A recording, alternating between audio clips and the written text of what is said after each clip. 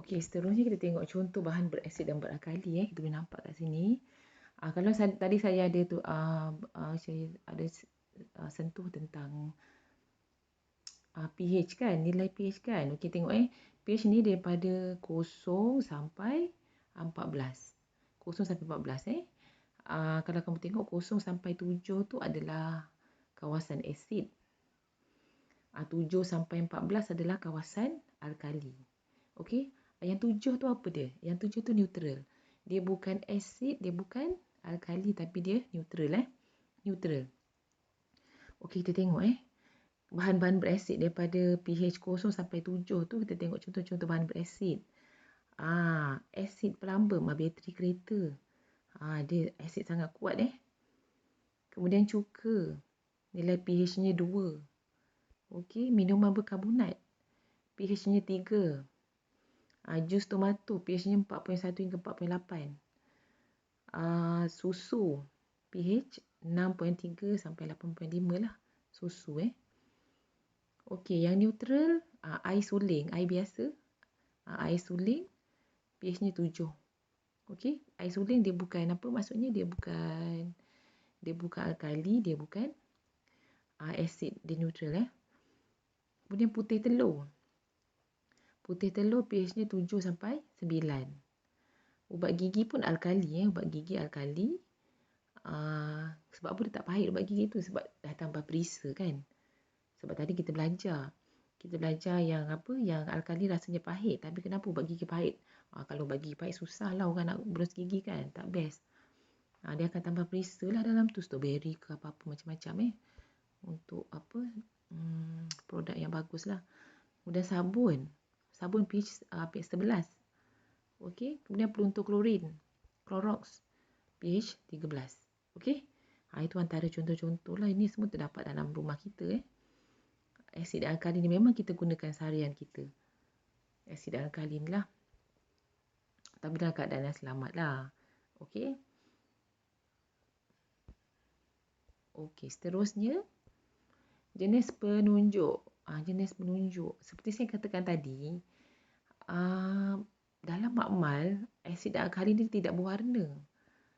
Dia plain aja, tak berwarna. Jadi macam mana kita nak tentukan dia dia asid ataupun alkali kan? Okey. Ada beberapa penunjuk, maknanya dia akan tukarkan warna dia. Contohnya, penunjuk litmus namanya, penunjuk litmus. Okey. Dalam asid dia warna merah. Tengok kotak pertama tu kan. Dalam alkali dia warna biru. Kalau penunjuk universal ada juga. Dalam asid warna merah. Dalam alkali dia tukar warna biru. Jadi kita tahu merah. Kalau titikkan penunjuk tu, dia akan warna merah. Kita tahu itu asid. Phenolphthalein juga. Tidak berwarna. Kalau dalam alkali dia merah, jambu. Metil jingga. Metil jingga dalam asid dia warna merah. Dalam alkali dia warna kuning. Bromotimol biru. Dalam asid dia warna kuning. Alkali dia warna biru tua. Itu petunjuk-petunjuk lah yang boleh digunakan untuk menentukan sama ada larutan tu asid ataupun bukan. Dia akan berikan warna-warna tertentu. Warna-warna tertentu untuk menentukan itu asid atau bukan. Memang kadang-kadang dalam makmal kita tak tahu kalau tak labelkan kan. Kalau tak labelkan kita tak tahu dia asid ataupun alkali. Dia macam air masak biasa je.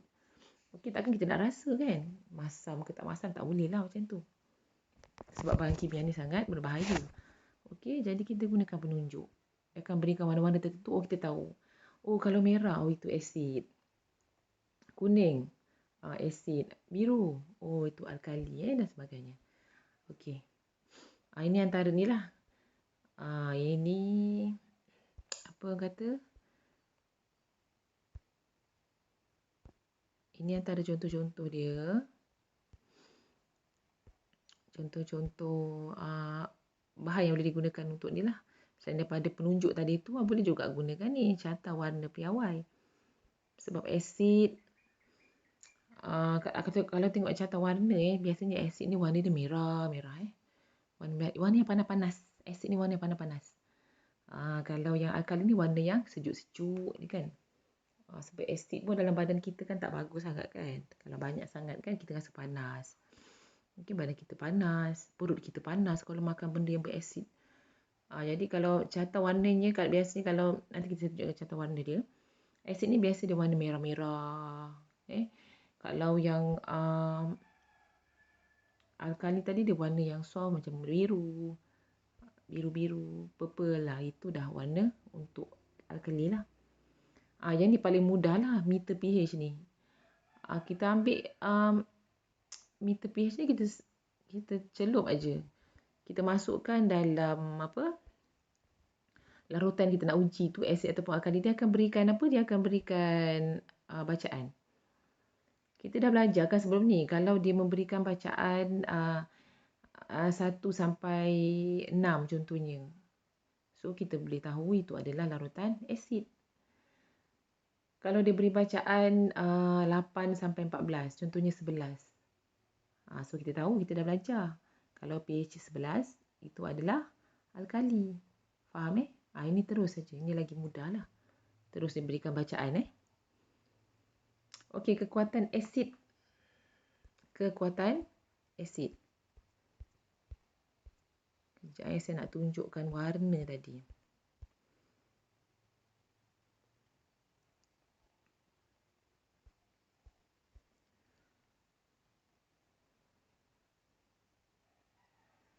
Okey. Ini kita tengok, ini adalah skala pH kan. Skala pH 0 sampai 6.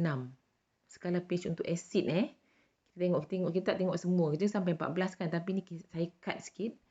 Kita cut sikit daripada 0 sampai 6 ni kita tengok. Kita tengok warna dia. Dia dah beri warna-warna kan. Kalau asid ni warna-warna dia warna yang merah, yang terang-terang, yang panas-panas. Macam saya kata tadi merah, warna merun tu kan. pH 4-5 warna orange. Makin lama makin color dia makin soft 7 tu dah hijau. 7 tu dah hijau neutral kan. Jadi kita nak kenal warna asid ni, dia warna yang panas-panas warna yang terang-terang, merah apa semua Jadi awak tengok 0 sampai 6. 0 sampai 6. Kalau dia ni maksudnya macam mana kita nak tengok kekuatan asid dan alkali daripada nilai pH? Okey, contohnya kita ada 2 larutan. Satu nilai asidnya 1, nilai pH-nya 1. Satu lagi nilai pH-nya 6. Okey, so kita boleh simpulkan kat sini. Kalau nilai pH-nya 0.1, 1, nilai pH 2, itu menunjukkan asidnya kuat. Keasidannya kuat, asid kuat. Tapi kalaulah contohnya nilai asid tu dah, nilai pH-nya tu, nilai pH satu larutan tu 5 ke, 6 ke, dan ada dekat 7 kan. Itu maksudnya kekuatan asidnya dah lemah. Itu namanya asid lemah. Faham tu Itu asid lemah. Jadi asid ni ada kekuatan dia juga, kekuatan dan kelemahan dia. Lemah dia ada asid lemah, asid kuat. Okey. Jadi macam mana kita nak tahu pula dia kuat tu? Kita tengok check pH dia, kita check pH dia.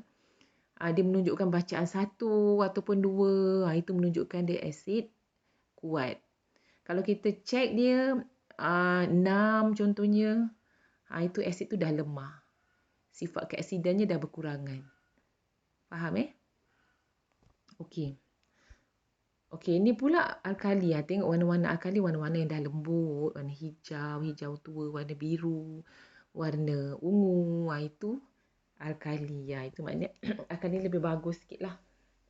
Alkali lebih bagus sikit lah. Orang kata jadi warnanya dah lembut, tak panas dah. Warna sejuk-sejuk kan. Okey. Sama juga. Okey, kita kalau nilai, kita nak tengok alkali tu dia kuat ataupun alkali yang lemah. Kita tengok nilai pH dia. Awak tengok 8 sampai 14. 8 sampai 14. Tengok betul-betul 8 sampai 14. Kalau 8 tu, kalau nilai pH dia 8, maknanya alkali tu alkali yang lemah. Kalau pH dia 14, itu maknanya alkali yang paling kuat. Faham maknanya semakin bertambah pH. Ini dia punya berkaitan Semakin bertambah nilai pH, semakin kuat sesuatu alkali. Kalau yang ini, semakin berkurang nilai pH, semakin semakin kuat sesuatu asid. Kalau asid ni, kalau nak kata dia asid kuat, asid lemah ke, kalau dia kuat tu nilai dia semakin kecil. Kalau alkali pula, kalau nak kata dia kuat ataupun lemah, alkali yang kuat, alkali yang lemah. Okey, kalau nilai pH dia 14, kalau makin kuat, makin tinggi dia punya nilai pH tu, semakin kuatlah alkali tersebut. Maknanya kekuatan dia. Alkali kuat, alkali lemah. Faham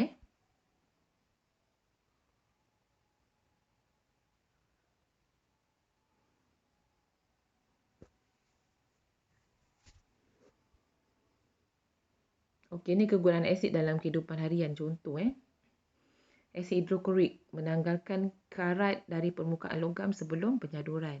Sebab kita tahu asid ni sifatnya mengakis. So, dia boleh tanggalkan karat-karat tu semua. Asid formik. Asid formik ni digunakan untuk membekukan latex. Ataupun getah. Pokok getah, susu getah tu sebelum dijadikan produk, kenalah jadi pepejal dulu. Tak boleh dalam bentuk susu getah tu nak jadikan tayar macam mana kan. Kena bekukan dulu. Bekukan menggunakan asid formik. Ni asid benzoik ni banyak digunakan dalam bahan pengawetan makanan. Baca je lah dalam sos ke apa-apa ke, bahan-bahan yang tahan lama dekat 2-3 tahun kan boleh makan kan. Itu ada pengawet dia. Okey. So kita boleh nampak asid benzoik ni banyak digunakan lah sebagai pengawet makanan Asid sulfurik sebagai dalam kereta bateri kereta. Asid askorbik membuat tablet vitamin C. Asid karbonik, asid tartarik, asid fosforik membuat minuman bergas. Bahaya benda-benda ni semua. Semua ni kita tengok tadi kalau minuman bergas tu pH dia berapa? pH dia 3, betul tak? pH dia 3. pH dia 3. pH dah sekejap.